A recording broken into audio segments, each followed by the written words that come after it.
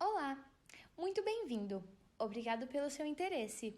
Hoje vamos falar de microdeleções no cromossomo Y, usando como diagnóstico o método de sequenciamento da nova geração ou NGS. Primeiro, é importante saber que o cromossomo Y é o responsável por definir o sexo masculino. Ele possui 2 braços curtos e um longo, que vão se dividir em 3 regiões, que são encarregadas pela produção e maturação dos espermatozoides. A microdeleção ocorre quando há ausência parcial ou total das informações genéticas presentes no DNA dessas regiões, o que pode causar a infertilidade. As microdeleções do cromossomo Y são causas genéticas comuns de infertilidade.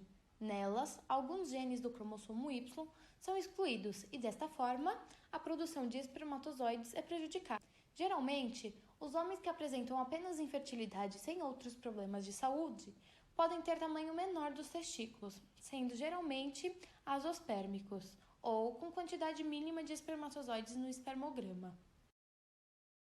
Para dar o diagnóstico preciso, é necessário o estudo genético para a pesquisa de microdeleção no cromossomo Y. Com ele, é possível identificar não apenas a presença da deleção, como também o seu tipo.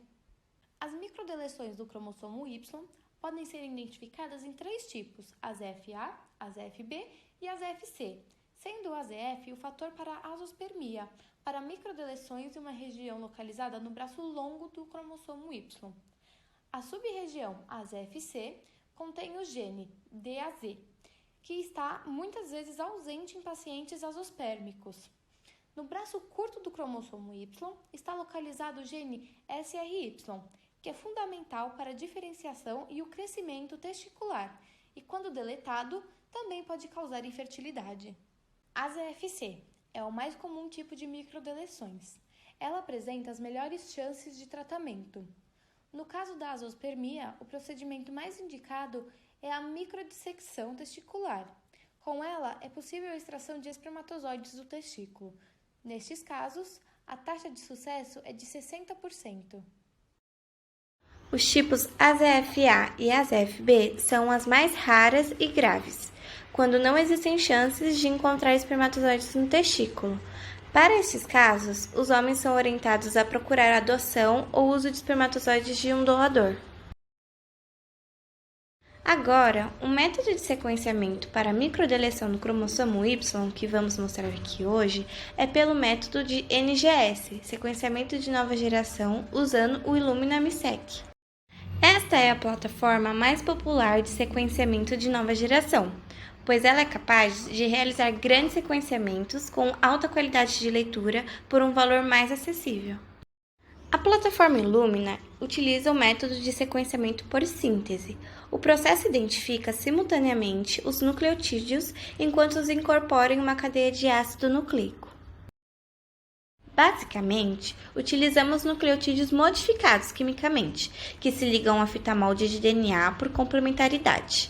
Estes nucleotídeos possuem uma etiqueta fluorescente e um terminador reversível, que bloqueia a incorporação de uma próxima base. O sinal fluorescente indica qual nucleotídeo foi adicionado e o terminador é clivado para que a próxima base possa se ligar e assim complementar o sequenciamento de fragmento.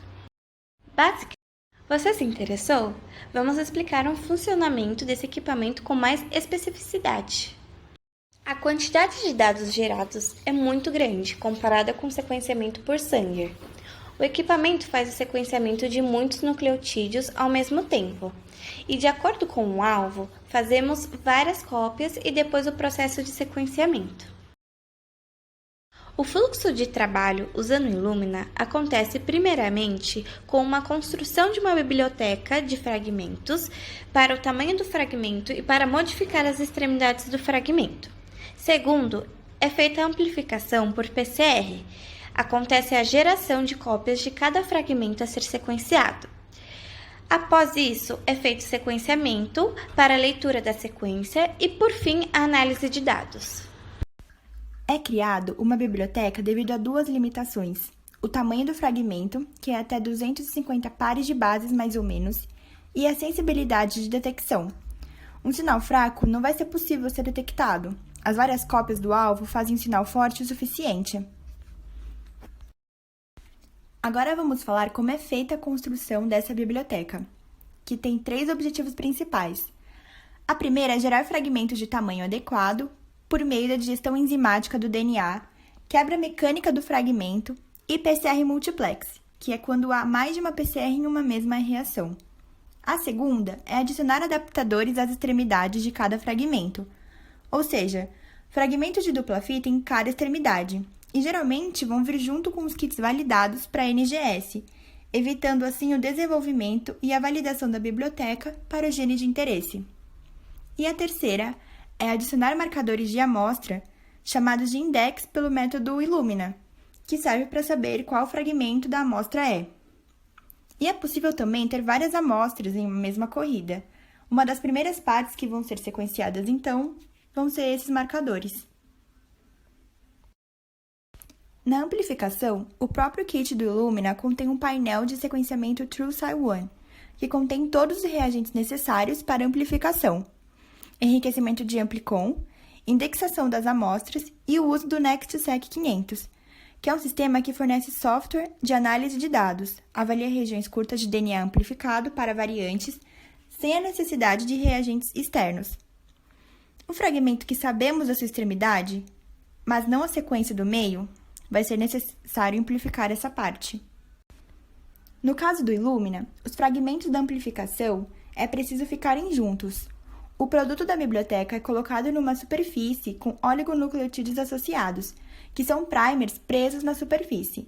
Uma cópia é gerada e o produto da PCR também vai estar preso na superfície. A outra extremidade vai ser ligada a outro primer na superfície, resultando assim num cluster, que são cópias suficientes do mesmo alvo, com fluorescência suficiente também. No sequenciamento, primeiro é sequenciado em um sentido e depois no outro, para não haver erro. A, G, T e C são marcados com fluoróforos específicos, e então eles se ligam à sequência do meio, sendo possível sequenciar a fita, que é a cópia complementar do molde. O servidor, então, vai processando a informação e fazendo a chamada de base. Na análise de dados, é remontado todo o fragmento que foi gerado, usando a sequência de referência. É usado um software NextGene e SophGenetics para realizar análise de variação do número de cópias dos dados obtidos da NGS. O método de sequenciamento de nova geração está ficando cada vez mais barato. Pode-se sequenciar muito como pouco também. Aumenta a resolução da análise e a taxa de detecção com um único teste. E também é possível fazer a análise de sequenciamento do mesmo locus no outro alelo. Segundo o artigo Estudo Comparativo de ACGH e NGS para triagem de microdeleção cromossômica e microduplicação, foi comparado o uso do CGH e o NGS usando 248 amostras, sendo 9 afetadas por aneuploidias e microdeleções cromossômicas. E o resultado mostra a extensão das CNVs, que são variações dos números de cópias das amostras C6, C7 e C9, idêntica para ambas as técnicas. As amostras C6, C4, C5 e C8, a extensão foi menor do que a revelada usando a CGH. E além disso, com a NGS foi possível identificar mosaícismo cromossômico na amostra C2 e na amostra C6. E aí, você ainda tem dúvida em usar a NGS como diagnóstico para microdeleção do cromossomo Y?